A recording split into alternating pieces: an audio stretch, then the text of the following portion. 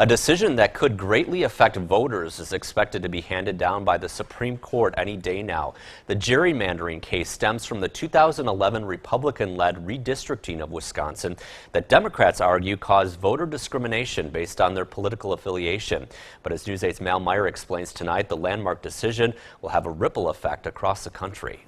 People might be more familiar with racial gerrymandering, where districts were redrawn to systematically weaken Black or Latino votes.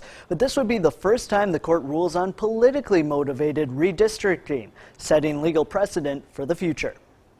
Gerrymandering is nothing new. It's been going on for maybe centuries. But now technology allows a party in power to redistrict with incredible accuracy. A commonly used phrase is, it allows legislators to pick their voters rather than the voters picking their legislators. What it comes down to is the efficiency gap.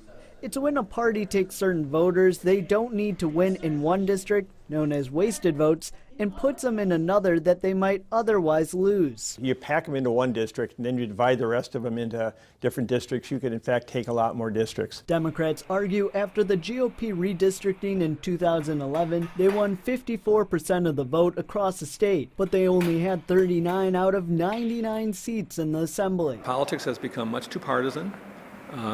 And this map that was drawn up by the Republican Party is just an extreme example of hyperpartisanship. Bill Feehan of the La Crosse County Republican Party believes the argument over the amount of votes doesn't add up. When Donald Trump wins 59 out of 72 counties in the state, it's obvious that there are going to be more Republican districts in the Assembly and in the state Senate. Feehan says creating an outside group to oversee the process would need a constitutional amendment vote, but it still wouldn't be a good solution. Everybody has their political leanings. It's just not going to happen that we're going to create a board of people that's nonpartisan. The La Crosse County Democratic Party is in favor of creating this type of group similar to ones in other states. People have input into it, and the legislatures have less of an influence on those maps that are drawn. And so it makes the situation more competitive.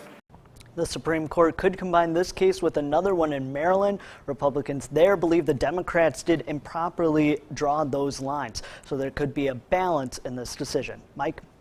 Thanks a lot, Mal. We'll have more on how the Supreme Court could rule tonight at 6 o'clock.